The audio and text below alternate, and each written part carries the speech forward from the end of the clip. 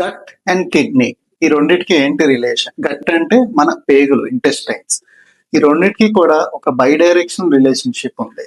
CKD patients అంటే kidney patients లో ఈ గట్ మైక్రోబయోమ్ అంటే ఏంటంటే అందరి గట్ లో కూడా, పేగుల్లో కూడా మనకి హెల్తీగా ఉపయోగపడే మైక్రో ఆర్గానిజమ్స్ ఉంటాయి. అట్ ది సేమ్ టైం మనకి హార్మ్ఫుల్ మైక్రో ఆర్గానిజమ్స్ కూడా ఉంటాయి. ఈ రెండిటి బ్యాలెన్స్, సమతుల్యం దెబ్బతింటుంది. ఎందువలన కిడ్నీ పేషెంట్స్ లో దెబ్బతింటుంది? ఒకటి, మనం లో ఫైబర్ డైట్ తీసుకోవడం వల్ల. సెకండ్, సికేడి పేషెంట్స్ లో కాన్స్టిపేషన్ అనేది చాలా కామన్.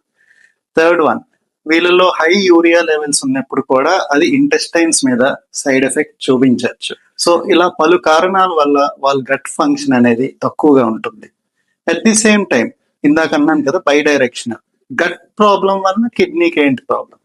కొంతమంది బికాస్ ఆఫ్ అదర్ డిజార్డర్స్ వాళ్ళ గట్ మైక్రో ఆర్గానిజమ్స్ ఇవన్నీ ఆల్టర్ అయితే వాళ్ళల్లో కొన్ని టాక్సిన్స్ లెవెల్స్ పెరుగుతాయి. Across the gut p cresyl sulphate అని కానీ, ఇండాక్సిల్ సల్ఫేట్ అని కొన్ని టాక్సిన్స్ అబ్జార్ప్షన్ ఎక్కువ అవుతుంది. బట్ కిడ్నీ పేషెంట్స్ అవి ఎక్స్క్రీట్ చేసే పరిస్థితిలో లేకపోవచ్చు. సో ఆ విధంగా గట్ వల్ల కిడ్నీ మీద కూడా సైడ్ ఎఫెక్ట్ రావచ్చు. మనం దీన్ని ఇంప్రూవ్ చేసుకోవడానికి ఏం చేయాలి?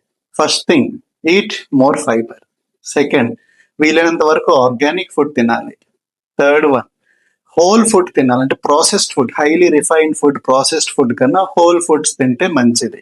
Apart from all these things, మనకి న్యాచురల్ ప్రోబయోటిక్స్ ఇచ్చే ఫుడ్ ఉంటుంది. లైక్ మన కర్డ్, పెరుగు లేదా గంజి, ఇలాంటివి తీసుకోవడం చాలా మంచిది.